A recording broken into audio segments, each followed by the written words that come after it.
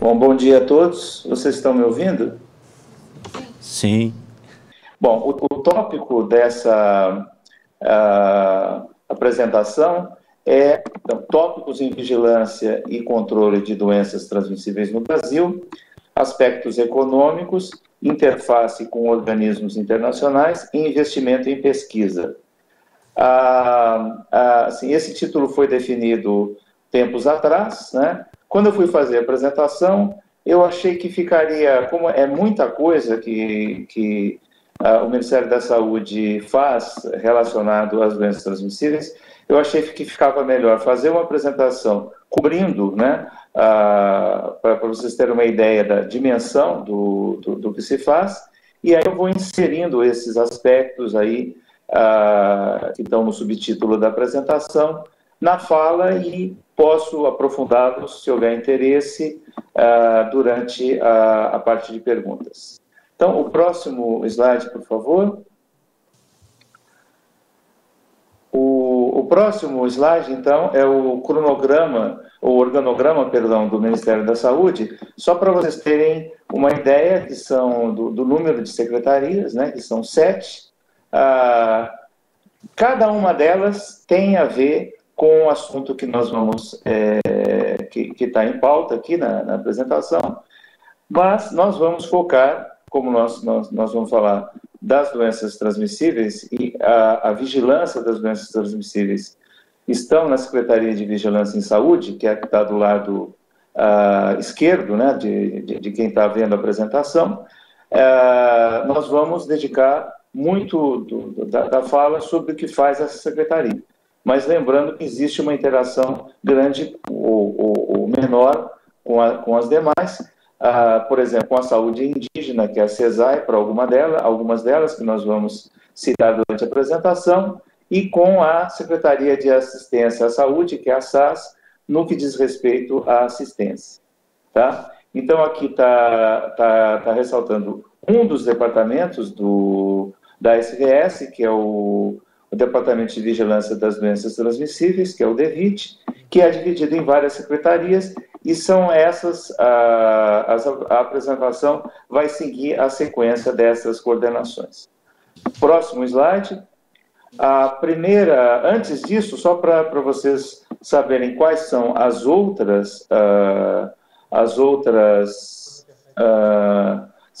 os outros departamentos, né, os departamentos que compõem a Secretaria de Vigilância em Saúde. Então, existe o Departamento de Gestão da Vigilância em Saúde, que tem uma coordenação que é de interesse, né, para o assunto que a gente está falando, que é essa CGDEP, né, Coordenação Geral de Desenvolvimento da Epidemiologia em Serviços, porque é ela que está ligada a toda a parte de capacitação e a parte de apoio à pesquisa que faz a Secretaria de Vigilância em Saúde. Tá? Vocês vão ver depois aí, né, no final da apresentação, que existe também uma outra secretaria, que é a SCTI, que também está relacionada a apoio à pesquisa, e nós chegaremos lá, né, no final da apresentação.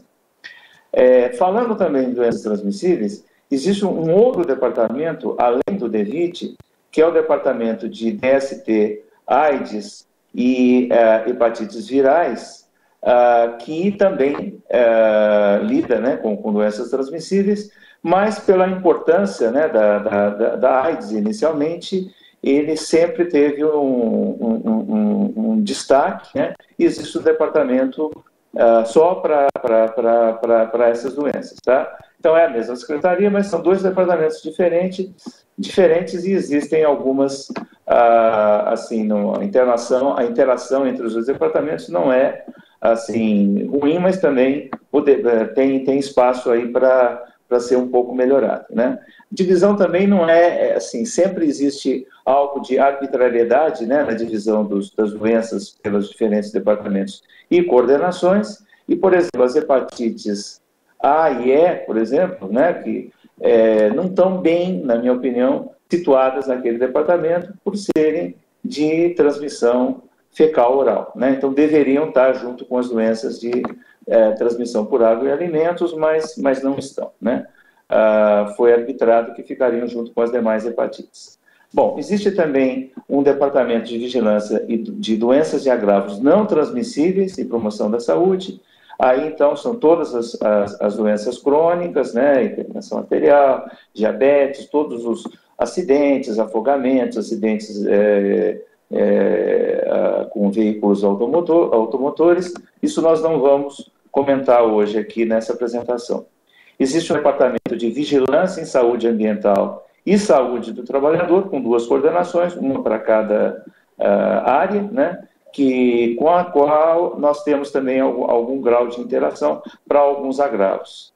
E é interessante para vocês saberem também que existem 2 centros vinculados à Secretaria de Vigilância em Saúde, que são o Instituto Evandro Chagas, que é bastante conhecido mundialmente, inclusive, pela pesquisa, né, pelo trabalho que faz com as arboviroses em particular, mas com outras doenças transmissíveis, particularmente as mais prevalentes e incidentes na região norte do país, e o Centro Nacional de Primatas, que também fica no estado do Pará.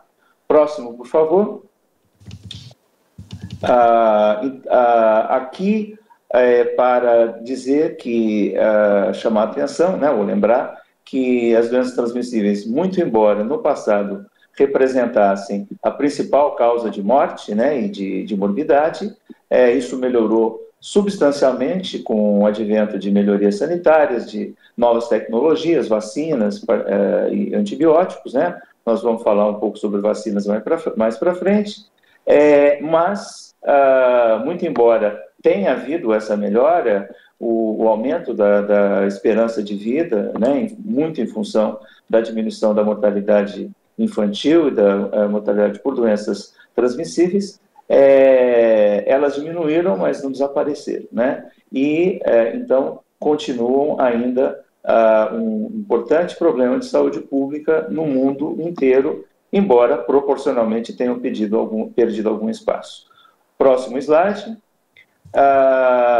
Esse slide aqui é sobre as competências do departamento. Eu vou passar um pouco de detalhamento para depois, quando eu for falar de cada coordenação, eu não vou entrar em detalhes, mas porque as coordenações têm as suas competências também dentro das competências do departamento, focadas para as suas áreas de interesse, né? Então, assim, o DEVIT, ele tem como competência propor normas relativas à ação e prevenção e controle das doenças transmissíveis. Eu acho que assim, para quem está bem por fora, né, de doenças transmissíveis, mas conhece alguma coisa de saúde pública, né, não sei muito bem qual é a plateia, mas a Secretaria de Vigilância em Saúde seria o equivalente do CDC, né, do Centro de Controle de Doenças norte-americano, com as ressalvas que não tem a mesma quantidade de pessoas trabalhando e não tem a mesma força de trabalho, né, mas fundamentalmente cobre as mesmas atividades, tá? Então, uma das funções do nosso departamento é de propor as normas relativas à prevenção e controle de doenças transmissíveis, né? Lembrando que dentro da Secretaria, outros departamentos têm o mesmo tipo de função para os outros tipos de doenças e agravos, notificação dessas doenças, investigação epidemiológica dessas doenças e a parte de vigilância epidemiológica de portos, aeroportos, fronteiras, lembrando que a parte de vigilância sanitária nesses portos de entrada, né, no país, é a atribuição da Anvisa. Também uma competência do departamento é o estabelecimento de medidas de prevenção e controle dos fatores de riscos e dessas doenças e agravos à saúde pertinentes ao seu campo de atuação, coordenação e execução de ações de epidemiologia e controle de doenças. Aqui é para chamar a atenção de que o controle não se dá só a nível federal, mas existem também, particularmente porque é assim que é organizado o SUS, né? Existe também o mesmo tipo de competência que nós temos no nível federal, existem no nível estadual e no nível municipal, tá? Particularmente das capitais, dos grandes municípios. Então, existe uma divisão de tarefas e a função, no caso do Ministério da Saúde, é mais complementar ou suplementar as medidas que são ou devem ser tomadas nesse sentido de controle e prevenção de doenças a níveis local e estadual. Próximo, por favor. Continuando, né, normatizar e definir instrumentos técnicos relacionados aos sistemas de informações sobre doenças de notificação compulsória e as doenças que são monitoradas. Não são todas as doenças, né, que são de notificação, existe um rol dessas doenças, e mesmo existem algumas doenças que ainda não são objeto de vigilância a nível federal, algumas delas têm vigilância a nível estadual, outras não, tá? Aí é sempre uma questão de o quanto nós temos capacidade de fazer, né? Então, existem algumas doenças que podem ser percebidas por muitos como muito importantes, né? Ou, assim, suficientemente importantes para que houvesse uma preocupação e um monitoramento a nível federal, que ainda não são cobertas. Eu posso dar como exemplo aí a brucelose, por exemplo, as micoses profundas, tá? E que eventualmente passarão aí no futuro, espero que breve, a ser cobertas também pelo Ministério da Saúde, mas nesse momento ainda não o são. Existe também, então, como competência a análise, monitoramento, supervisão e orientação da execução das atividades de prevenção e controle dessas doenças de notificação, né, compulsória. Então, a ênfase maior está, né, no controle e prevenção dessas doenças, e o monitoramento do comportamento epidemiológico dessas doenças, né, que acabamos de citar. Próximo, por favor. Então, o departamento de vigilância das doenças transmissíveis que elabora e revisa periodicamente a lista dessas doenças de notificação compulsória. A última revisão foi agora no começo do ano. Elabora o esquema básico de vacinas de caráter obrigatório. Isso nós vamos ver quando nós vamos falar da coordenação responsável por isso, que é um aspecto importantíssimo, uma atividade importantíssima do departamento. Ela coordena e investiga surtos e epidemia, particularmente, não, especialmente as doenças emergências e de etiologia desconhecida ou não esclarecida, né? O caso mais recente aí no nosso meio foi a do Zika, né? E eventos adversos temporalmente associados à vacinação, que é uma atividade ligada ao Programa Nacional de Imunização e que tem uma interface com a Anvisa também, tendo em vista que a parte de farmacovigilância é competência da Anvisa. Mas quem faz a vigilância de eventos adversos associados à vacinação é, basicamente, por razões históricas, não só no Brasil, como em outras partes do mundo, são os programas nacionais de imunização. E normatização e supervisão do Sistema Nacional de Laboratórios de Saúde Pública, que nós vamos falar um pouquinho também mais para frente. Próximo slide, por favor. Também atribuição ou competência do Departamento a normatização, coordenação e supervisão da utilização de imunobiológicos, né, não só vacinas, mas também soros, né, soros antivenenos, por exemplo, imunoglobulinas, participação na elaboração e supervisão da execução das ações de vigilância em saúde e também presta assessoria técnica e estabelece cooperação com estados, municípios e com o Distrito Federal em todos esses campos aí que foram citados anteriormente, tá? E, por fim, define, é sua competência, a definição da programação de insumos críticos na área de vigilância em saúde, que representam um montante, um valor bastante alto, tendo em vista as inúmeras vacinas, né, e outros imunobiológicos que fazem parte do Programa Nacional de Imunização e também dos insumos de laboratório para o diagnóstico de todas essas doenças sob vigilância epidemiológica. Próximo, por favor. Aqui, dentro da estrutura do departamento, então, acho que isso aqui é mais para... coloquei aqui mais para chamar a atenção, que não é só a Vigilância em Saúde que olha todos esses agravos, essas doenças, né? Ela olha o aspecto ligado ao seu controle e prevenção, mas existem outras áreas do Ministério que lidam também com essas doenças, e é muito importante, particularmente, a interação entre o nosso departamento, nossa secretaria, e a área de atenção básica, que está dentro da SAS, né, da Secretaria de Assistência à Saúde, que é uma coisa que muitas vezes funciona bem, em outras áreas também pode melhorar, né? Um dos aspectos que eu gostaria de destacar aqui é a questão de que, como o atendimento não está organizado da mesma forma que nós, em termos de doenças, na hora da produção de material de capacitação, muitas vezes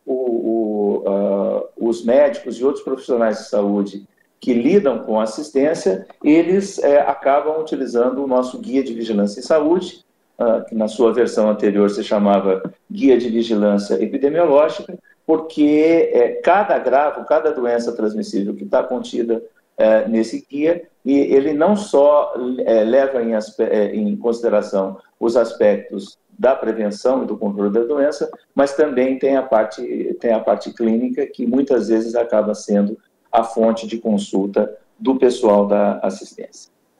O próximo, por favor. Passamos, então, agora a falar sobre as diferentes coordenações que estão dentro do DEVIT, começando pela CGPNCD, que é, então, a coordenação geral responsável pelo Programa Nacional de Controle da Dengue. Tá? Quer dizer, era controle da dengue, hoje é vigilância, prevenção e controle não só de dengue, mas também de chikungunya e do Zika, por serem arboviroses transmitidas pelo mesmo vetor, sendo assim, a forma de controle primordial, né, da transmissão vetorial se dá da mesma forma. Então, essas duas novas doenças, né, chikungunya chegou também recentemente aqui no país, Zika aí no ano passado, né, chikungunya um pouco antes, tá? Então elas estão dentro da mesma coordenação. Função, então, dessa coordenação elaborar o Plano Nacional de Contingência e o apoio técnico na elaboração e atualização dos planos estaduais e municipais, né, que já foi falado aí da atribuição do departamento, monitoramento e controle de vetores, né, que também representa um gasto importante com insumos, né, que acabamos de citar aí no diapositivo anterior, articulação com assistência muito importante para o manejo adequado do paciente. E esse é um bom exemplo da questão do manuseio do paciente com dengue, do reconhecimento do paciente que pode evoluir mal. Isso é um bom exemplo de uma boa articulação entre vigilância e assistência, que no caso das doenças que fazem parte de programas nacionais de controle, costuma funcionar melhor do que as doenças que não fazem parte de programas nacionais, que nós vamos ver depois, porque elas estão aglomeradas, né, estão ajuntadas numa única coordenação, o número é grande e não o número de pessoas envolvidas no controle é muito menor e, portanto, a dificuldade é maior de fazer essa integração, que, todavia, é bastante importante, eu diria, indispensável. Tá? Um outro aspecto importante, aí, no caso do controle dessas doenças, é a incorporação ou a avaliação para possível incorporação, né, de novas tecnologias, tá? Como no caso da Wolbachia, dos mosquitos transgênicos, né? Tem vacinas, né? Para dengue já tem uma vacina aprovada pela Anvisa, existem outras vacinas em desenvolvimento e assim por diante, tá? Essa parte de monitoramento de rumores eu vou falar mais para o fim, quando em resposta rápida às doenças, porque existe uma coordenação responsável por isso. Próximo slide é só para ilustrar, né? Não vamos nos deter aqui, mas só para se ter uma ideia aí no volume de casos de dengue, né? Que se mede aí a centenas de milhares, no caso desse slide aqui, só num período das primeiras 11 semanas epidemiológicas dos anos 2014, 2015 e 2016, né?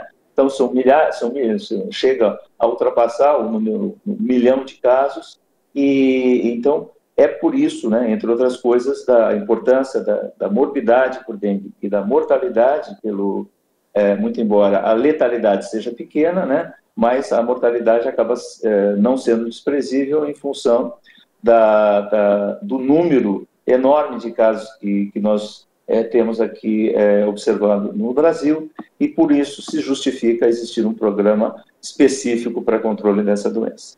Próximo diapositivo, por favor. Nós vamos falar então um pouquinho agora sobre o Programa Nacional do Controle da Tuberculose, que é a CGN-PNCT, também então um programa nacional, uma coordenação só para controle da tuberculose, tá? E aqui eu destaco, né, da tuberculose, que ainda é um problema importante aqui não só no Brasil, como em outras partes do mundo. Muito importante a questão das novas tecnologias para diagnóstico e tratamento. O problema da tuberculose durante muito tempo foi e ainda continua sendo, embora em menor escala do que já foi no passado, a questão da duração do tratamento, que décadas atrás era medida em anos, né? E então com uma porcentagem de abandono muito grande, tá? Com o surgimento das terapias de associação de medicamentos e de disponibilização dessas combinações de medicamentos em um único um ou dois comprimidos diferentes, né? Isso facilitou, e com a diminuição da duração do tratamento, isso melhorou bastante a adesão ao tratamento, mas mesmo assim existe esse problema, particularmente em alguns grupos de risco, né, de tuberculose, e tem cada vez mais aparecido o problema da resistência do Mycobacterium tuberculosis a diferentes medicamentos que fazem parte, né, do tratamento da tuberculose, do tratamento inicial da tuberculose, e, portanto, é muito importante hoje em dia se reconhecer se casos novos de tuberculose são causados por cepas sensíveis ou resistentes e, portanto, o desenvolvimento do teste rápido para a determinação da resistência primária dessas bactérias, micobactérias, à rifampicina ou outros tuberculostáticos e, em função dessa detecção, da introdução de medicação correta, o que otimiza as chances de cura, né, desses pacientes e também previne o aparecimento de mais cepas resistentes. Próximo diapositivo, por favor. Então, só para listar aqui as populações mais vulneráveis, né? Particularmente aqui a mais importante, os moradores de rua, tá? E então, muito embora a tuberculose seja um problema que em outras partes do mundo é pior do que no Brasil, ainda é um problema bastante importante aqui no nosso meio, particularmente em algumas dessas subpopulações mais vulneráveis. Próximo, por favor. Um outro programa, né, que tem a sua coordenação própria é o Programa Nacional de Controle da Malária. Nesse momento, existe a possibilidade de que passe a haver uma coordenação única para o controle da malária e de dengue, chikungunya e zika, né, que, embora isso não esteja totalmente definido, né, isso possivelmente vai acontecer. No caso da malária, ainda também é uma doença muito importante em termos mundiais. No Brasil, felizmente, já vivemos momentos bastante piores, né? Essa coordenação, a CGPNCT, PNCM é responsável, então, pela vigilância, prevenção e controle da malária, por falciparum, particularmente de interesse, por ser a malária mais grave, né, a malária que mata, mas também a malária viva e por outras espécies menos frequentes, né, e as atividades aí que estão sendo destacadas, né, como importantes aí no caso do controle da malária, tá, no pré-natal, a importância da integração com a atenção básica, que a gente já citou anteriormente, né, em termos gerais, e a utilização de mosquiteiros impregnados inseticidas que foi uma medida que chegou um pouco mais tarde no Brasil do que em outros países, né, onde a introdução se deu mais cedo para países da África e do Sudeste da Ásia, onde a malária era e sempre foi um problema até mais grave do que no Brasil, mas que hoje em dia também são empregados e tem tido um impacto importante no controle dessa doença. Tá? Próximo slide, por favor. Aqui eu só vou destacar que ainda a malária, como costuma acontecer, não, como já há várias décadas, é uma doença basicamente da região amazônica, né? Muito embora existam, ainda não mostra no mapa, casos isolados, casos em muito menor número diagnosticados fora da região amazônica. Boa parte desses casos são casos importados, né, adquiridos na região amazônica, mas diagnosticados fora dela, mas existe em pequena escala ainda uma transmissão de malária em algumas outras regiões no sudeste do país, por exemplo, mas em escala realmente muito reduzida. Próximo, por favor. Uma outra coordenação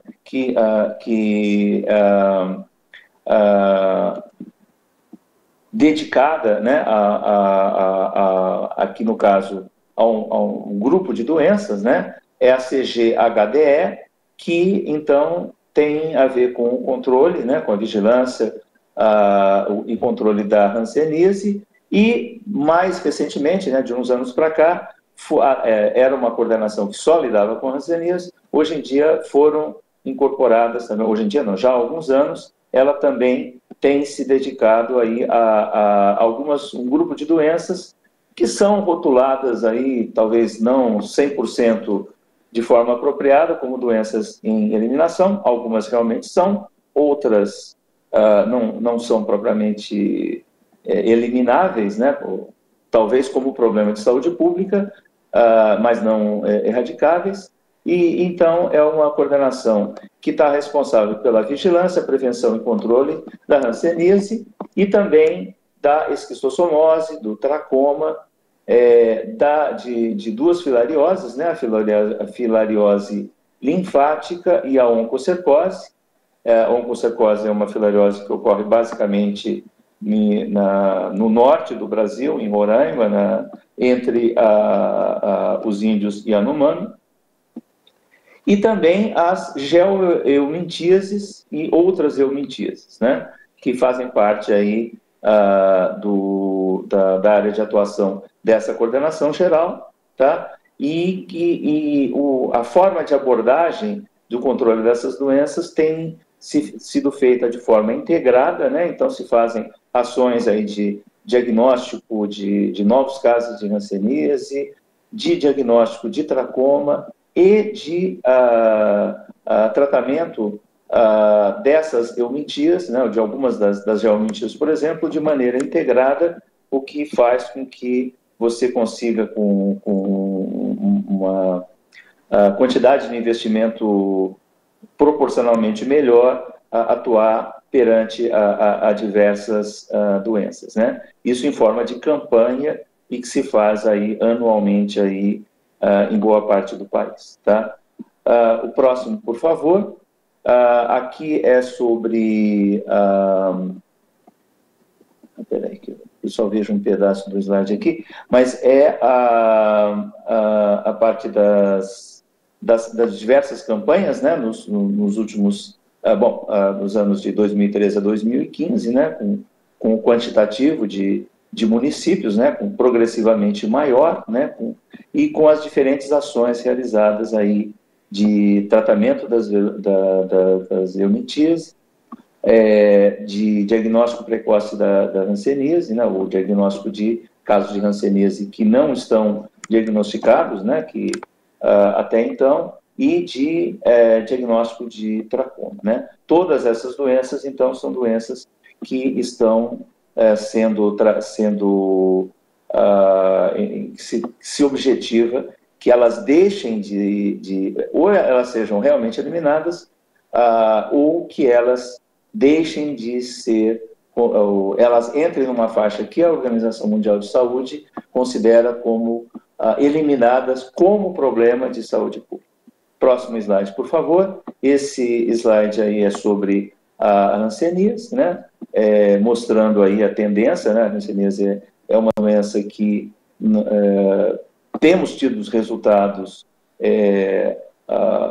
positivos em termos do seu controle, mas ainda não atingimos a meta de eliminação da OMS, embora estejamos próximos a ela, e o Brasil ainda é um dos países de maior transmissão dessa doença no mundo, mas vale a pena chamar atenção para o fato de que os dados nossos são, isso não é uma desculpa, mas os dados nossos são bastante mais confiáveis do que outros países que têm estatísticas melhores, mas que existem algumas dúvidas quanto à real efetividade dos programas nesses locais.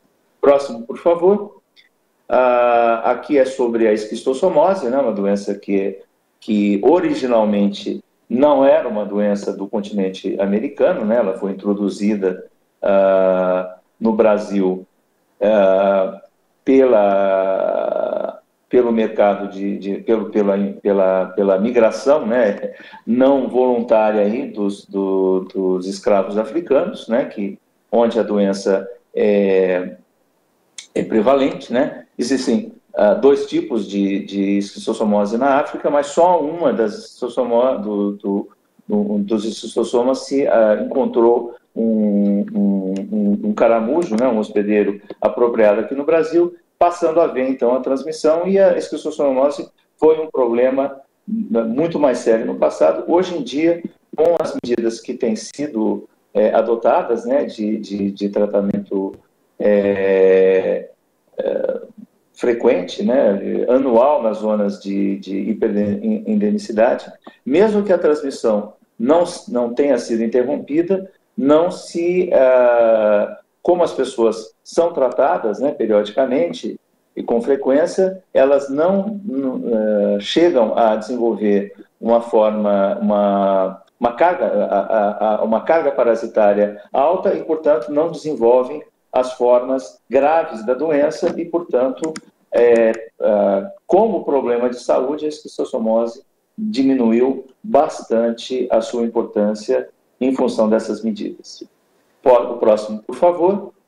Passamos, então, à área pela qual eu sou responsável atualmente no DEVIT, né, que é a Coordenação Geral de Doenças Transmissíveis, que é, então, até agora a gente viu coordenações que viam uma doença, duas doenças, ou um pequeno punhado de doenças.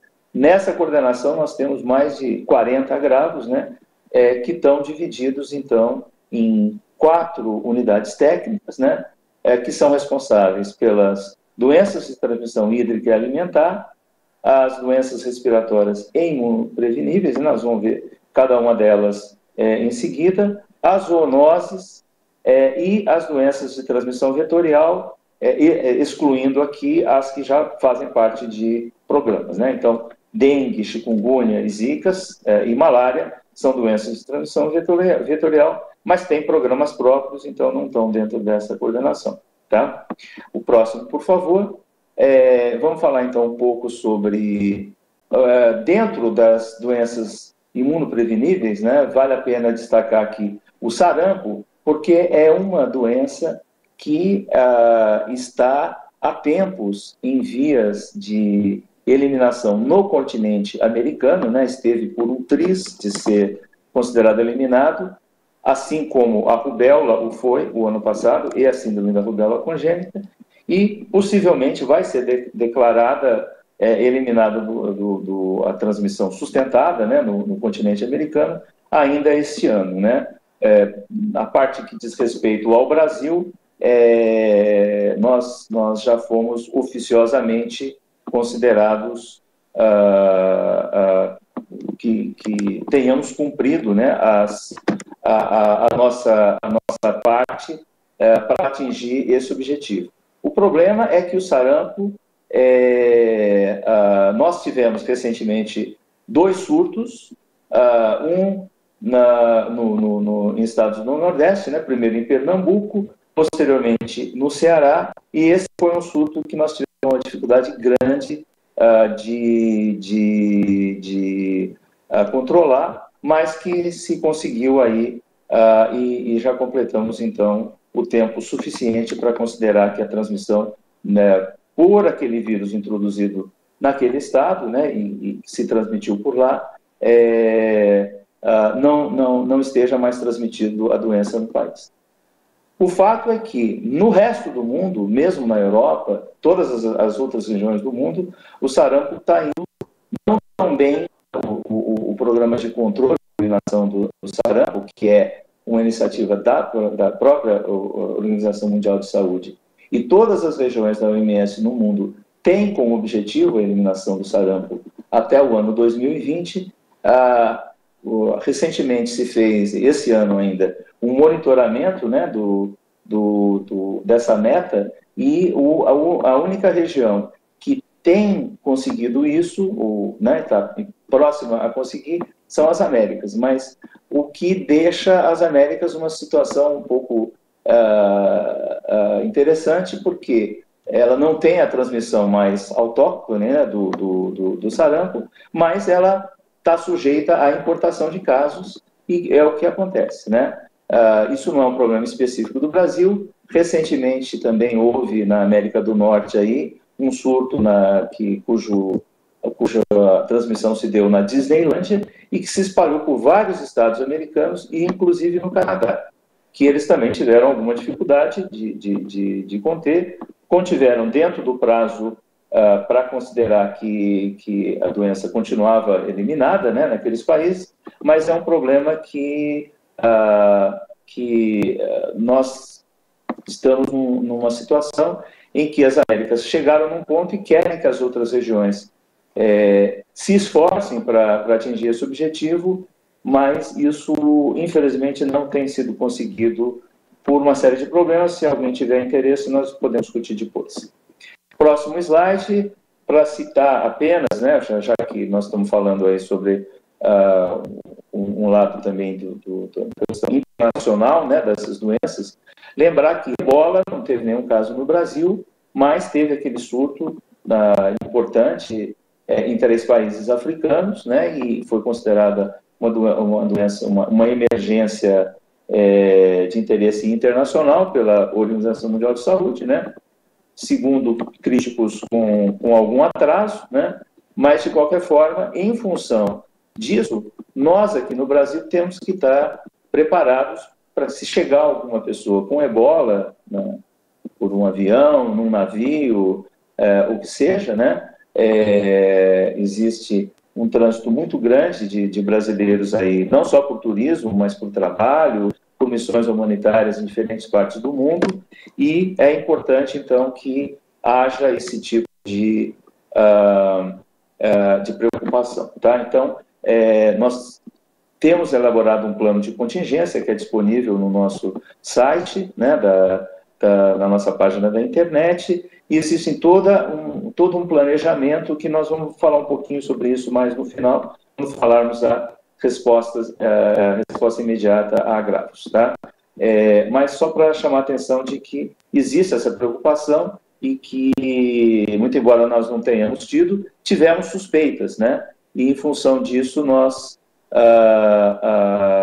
pudemos reagir e avaliar a nossa capacidade de resposta no caso específico aí do ebola, mas isso pode acontecer com qualquer coisa.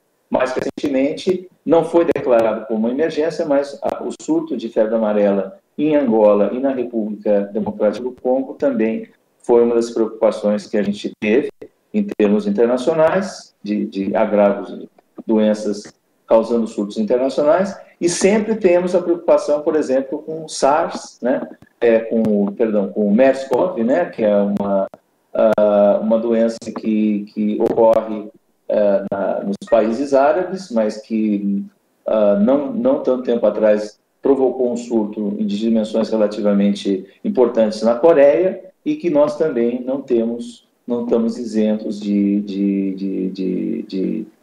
ter a introdução dessa doença aqui. Então, existe um trabalho no sentido de ter uma resposta preparada se houver a introdução desses casos.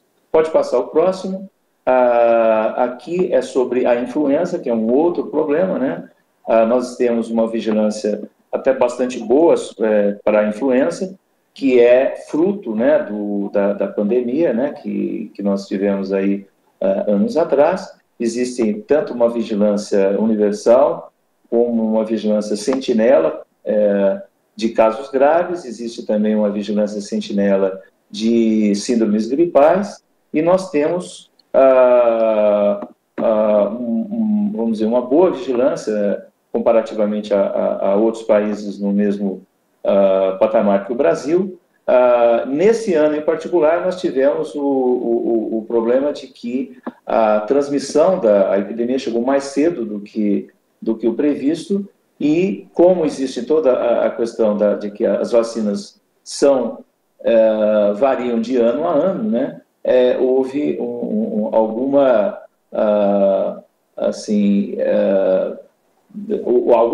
muita demanda de vacina no momento em que essas vacinas ainda não estavam disponíveis, ou pelo menos na quantidade demandada. Tá? Então, esse foi um ano importante de influenza no país, né? Particularmente pela cepa H1N1, né?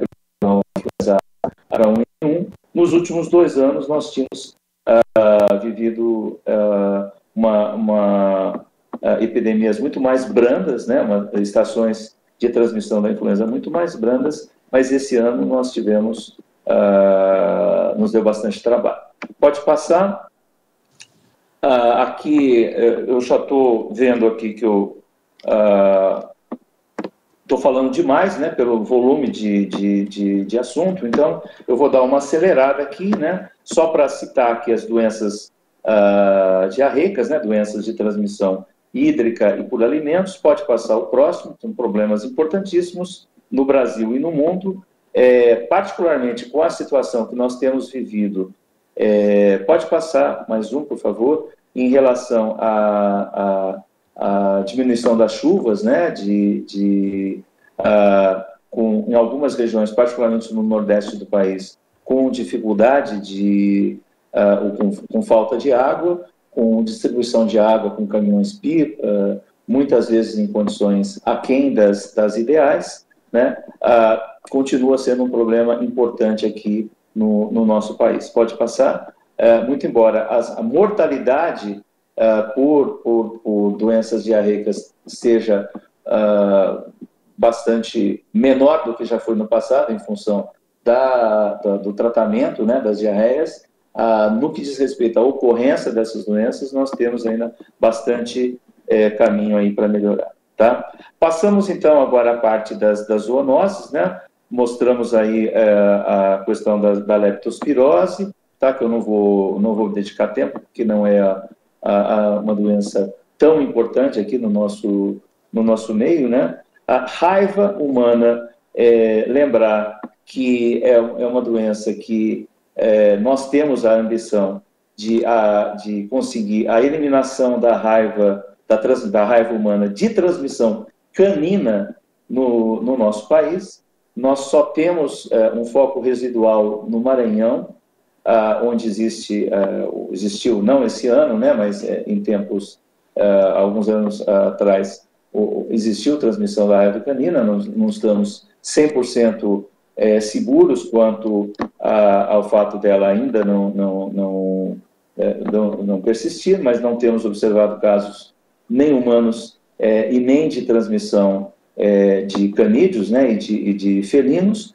mas nós tivemos a raiva por transmissão de cão, raiva humana, né, por transmissão de cão, no Mato Grosso do Sul, na divisa com a Bolívia, por vírus que nós sabemos que não era o vírus que era transmitido no Brasil, mas era um vírus da raiva que ocorre e que transmite a doença na Bolívia. Então, as evidências são de que há essa transmissão e tem havido, então, um esforço de tentar bloquear essa transmissão da raiva na fronteira. Tá? Existe ainda a raiva de transmissão por quirópteros, né, por morcegos, tanto para animais de cães e gatos, como para humanos, eventualmente, né? Pode acontecer, e pode acontecer de um cachorro pegar a raiva, se for mordido por um morcego, e depois morder um humano e transmitir a raiva, mas aí é pelo vírus do morcego, tá? Essa não tem como, quer dizer, não tem não, né? Mas assim, é mais difícil de evitar, tendo em vista o grande número ainda de animais errantes que existem, né? Então, a raiva silvestre não tem como você eliminar, mas a raiva por transmissão de canídeos, a gente espera atingir esse objetivo e acreditamos, não muito longe disso, tá? Pode passar, por favor. Vamos, então, falar um pouquinho aí, que acho que é mais importante a gente dedicar uns minutinhos que a gente tem aí para as doenças de transmissão que são preveníveis por imunização, que tem uma coordenação específica para ela, né, que é a CGPNI, a Coordenação Geral do Programa Nacional de Imunizações, que então tem a responsável pela política de imunização, de funcionamento desse programa, incorporação de novas vacinas. Muitas vacinas foram incorporadas nos últimos anos, como rotavírus, como pneumococo conjugada, como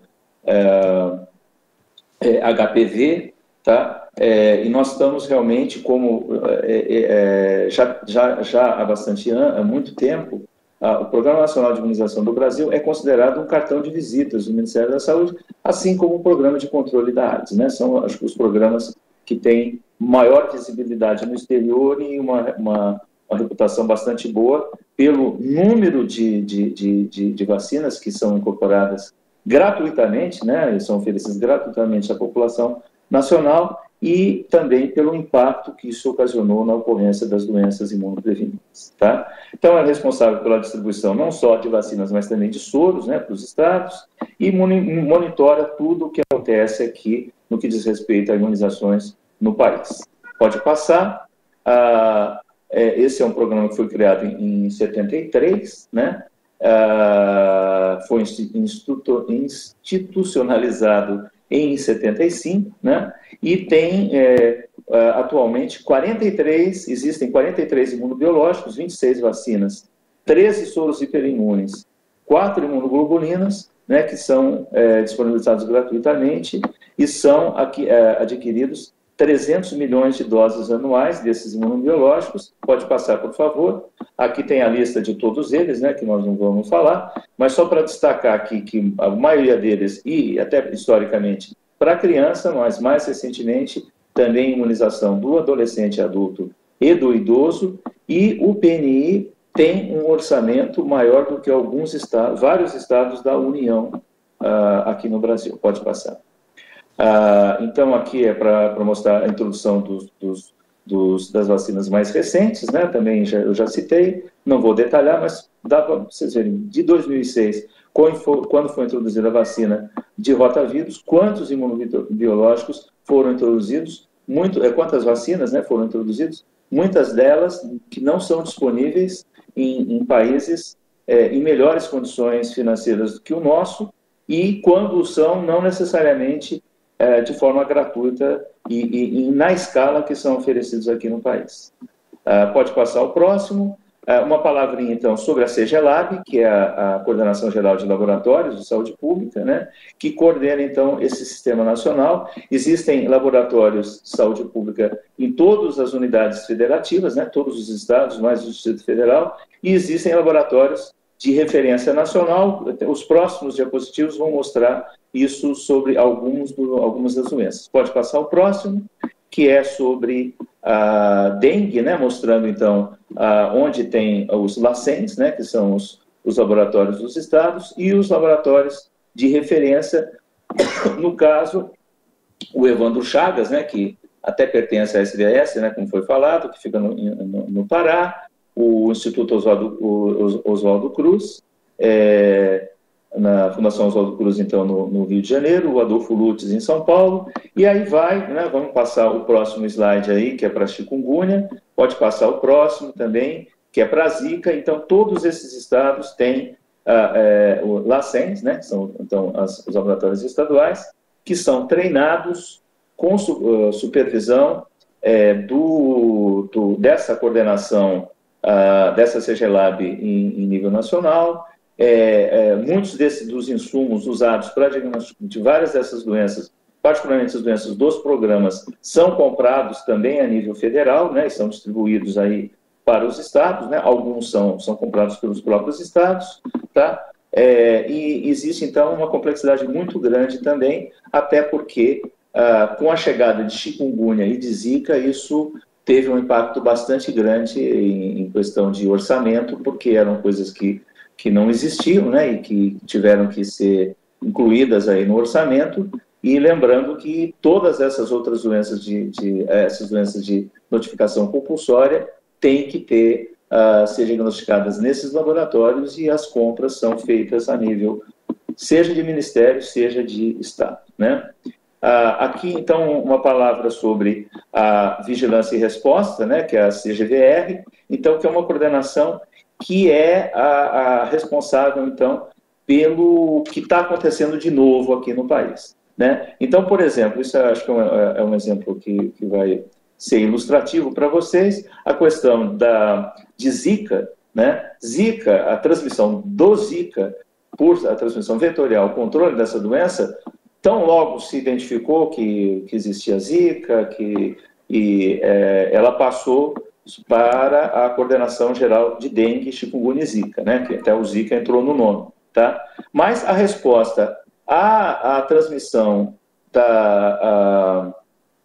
congênita do Zika, levando a malformações tipo microcefalia, continua sob a responsabilidade dessa coordenação de vigilância e resposta.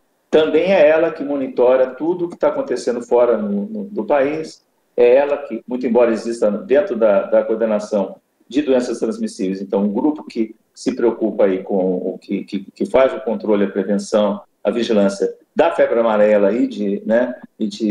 como eu citei de passagem, né?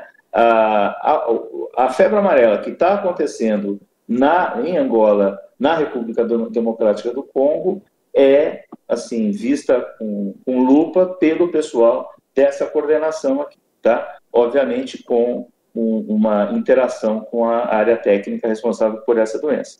E assim vai, MERS-CoV, todas as epidemias que acontecem no mundo, mesmo que sejam detectadas através de rumores, né, através de notícias de jornal, por exemplo, são monitoradas. Existem reuniões semanais no DEVIT, em que a ocorrência dessas doenças e desses rumores são citados e, eventualmente, são acompanhados com maior vagar quando há uma percepção de que o risco para a introdução no Brasil seja mais importante.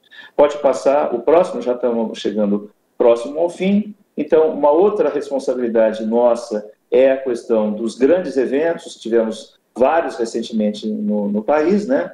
Jogos Olímpicos, Jogos Paralímpicos, 2 anos atrás, Copa do Mundo, né?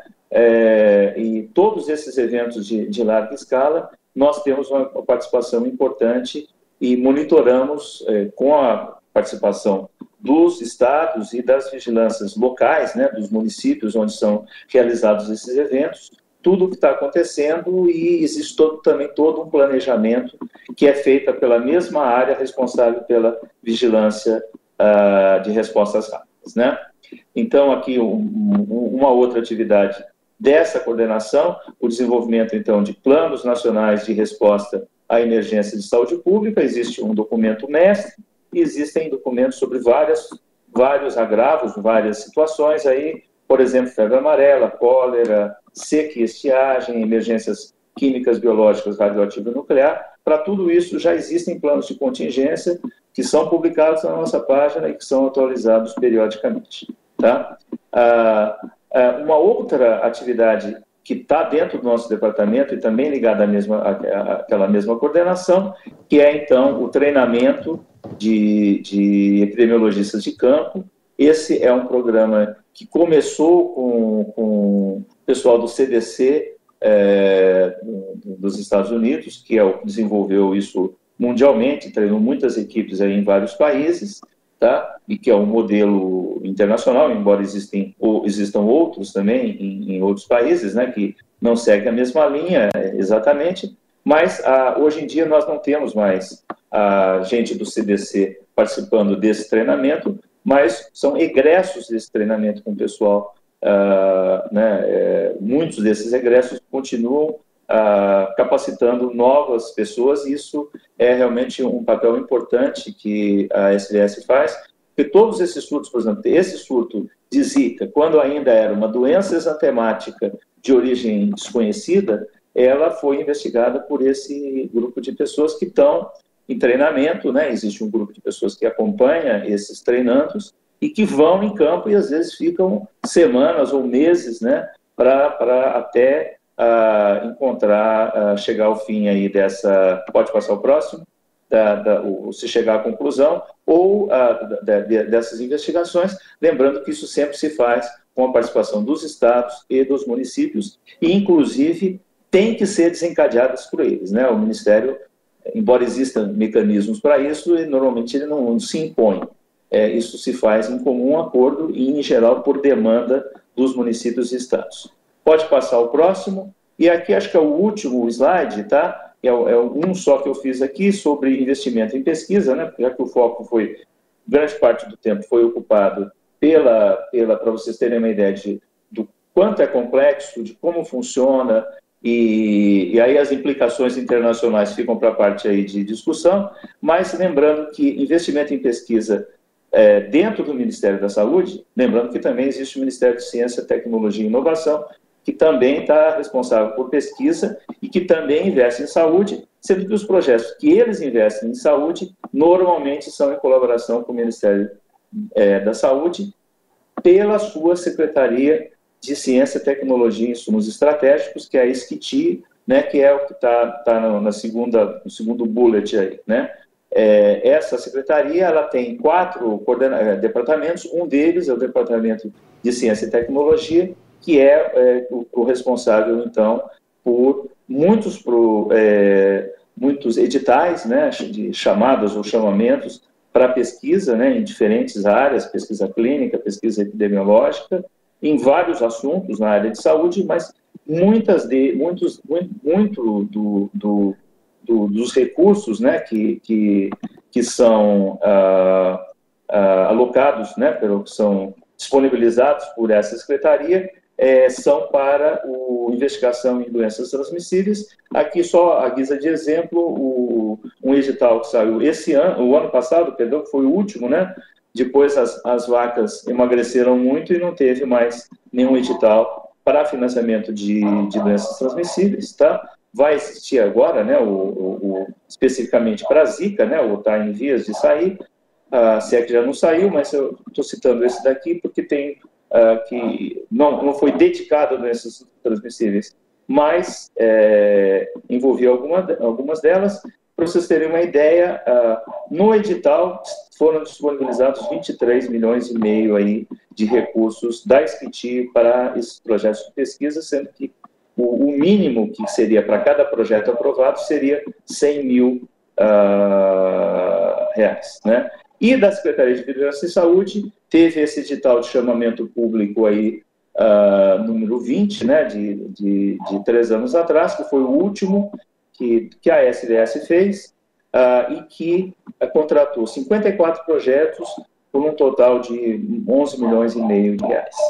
Aí eu só queria que você passasse o próximo slide aqui para disponibilizar aqui o meu e-mail, né, se alguém quiser entrar em contato, porque certamente não vai haver tempo aí para discutir todos esses detalhes aí, e pode haver gente interessada, mas também para agradecer a Vanessa, que é a diretora substituta do DEVIT, que me cedeu boa parte desses slides para essa apresentação. Então, desculpe ter ultrapassado um pouco do tempo, mas estou à disposição para a discussão, se ainda houver tempo para isso e interesse. Muito obrigado. Sérgio, muito obrigado por sua apresentação. Por gentileza, eu gostaria de passar a palavra. Alguma pergunta para o Dr. Sérgio? Dr. Sérgio, eu sou Mariana, trabalho na PPD.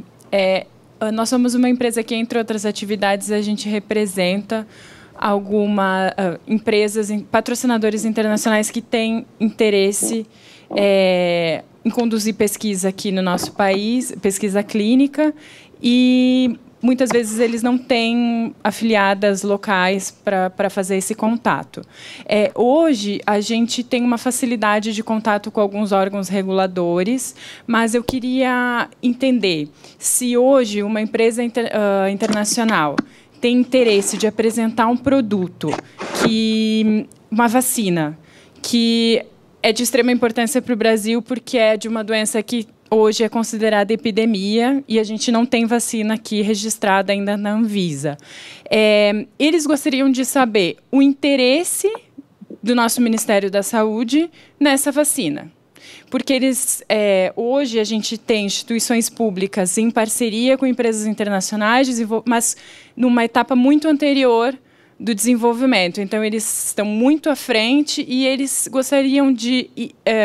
E a gente ficou um pouco perdido, porque a estrutura do Ministério, assim, são muitas coordenações, muitos programas.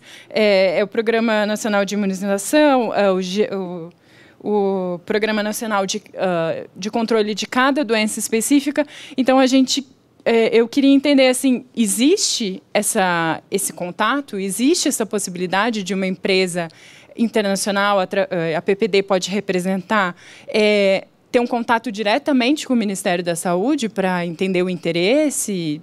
Ou não, isso não é possível? Não, é possível sim. Não só é possível, como existe, né? Existe, assim como a Anvisa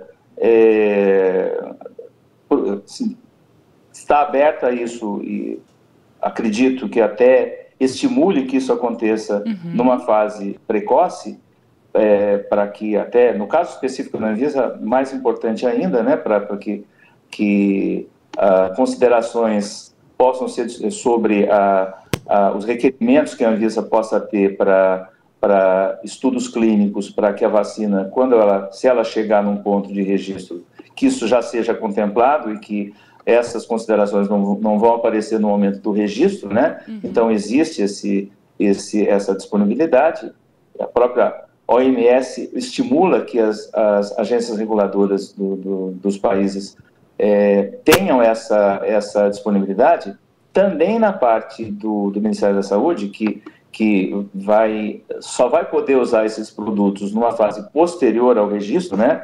Também tem interesse em acompanhar. Isso tem acontecido, eu posso dar exemplo, no caso de dengue, né?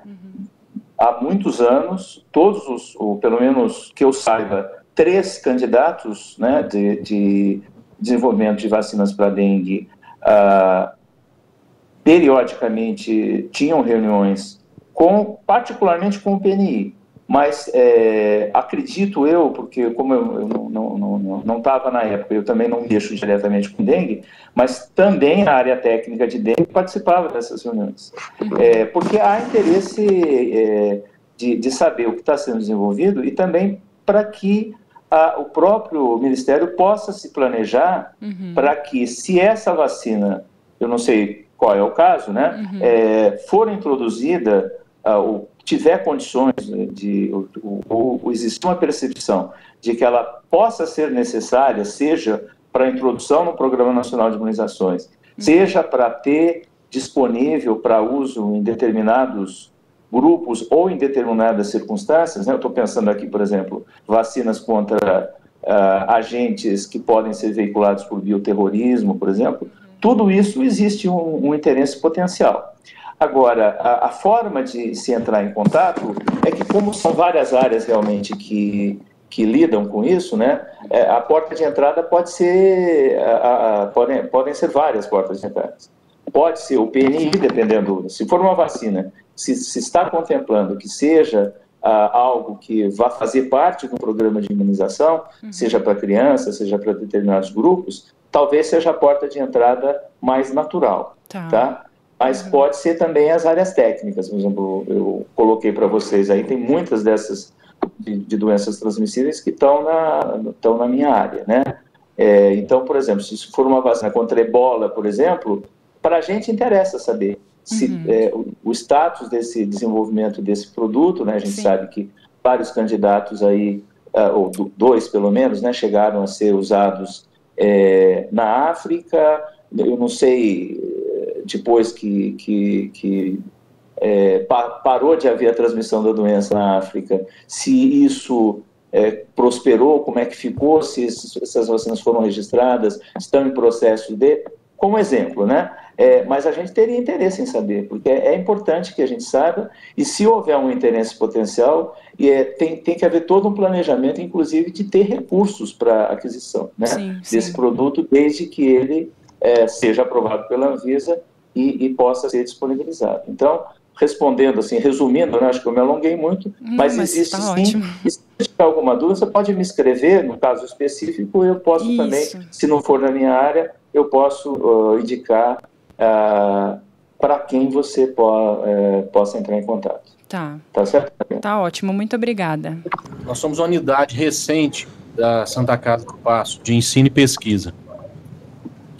E eu queria saber como que a gente pode ser introduzido nesse mundo aí da pesquisa, se tem alguma forma ou se seria apenas pelos editais de pesquisa.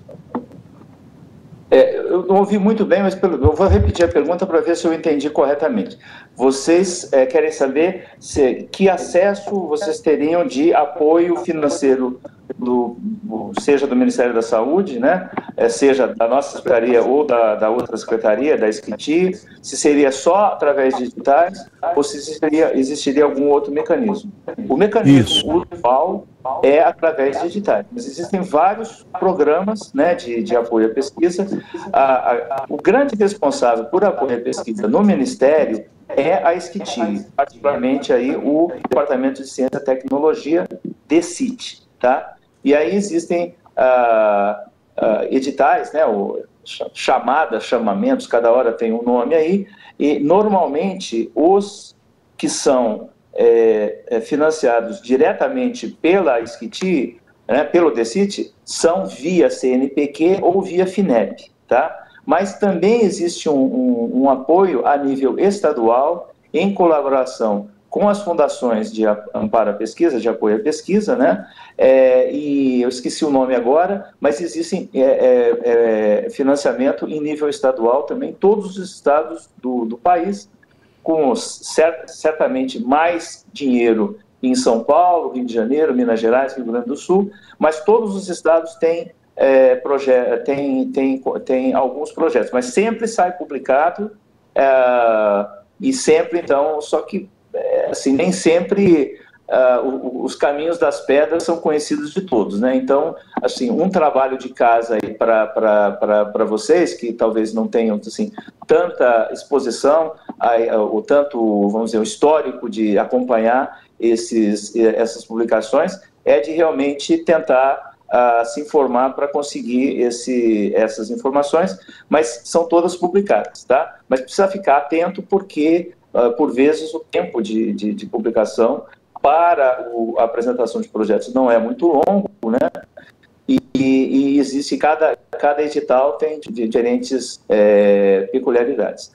Acho que vale a pena mencionar que o Ministério da Saúde, por vezes, esse não é o mecanismo usual, mas historicamente existiu e ainda existe, né, em escala pequena, estudos que são encomendados, tá? Mas aí normalmente é encomenda para centros já com bastante conhecidos e com expertise em determinadas áreas, muito clara, para que se justifique, que se possa, inclusive, justificar perante aos órgãos de controle o porquê que se fez uma contratação direta sem haver a competição, de dar chance para que várias instituições participem de uma competição, tá? Mas existe isso, tá?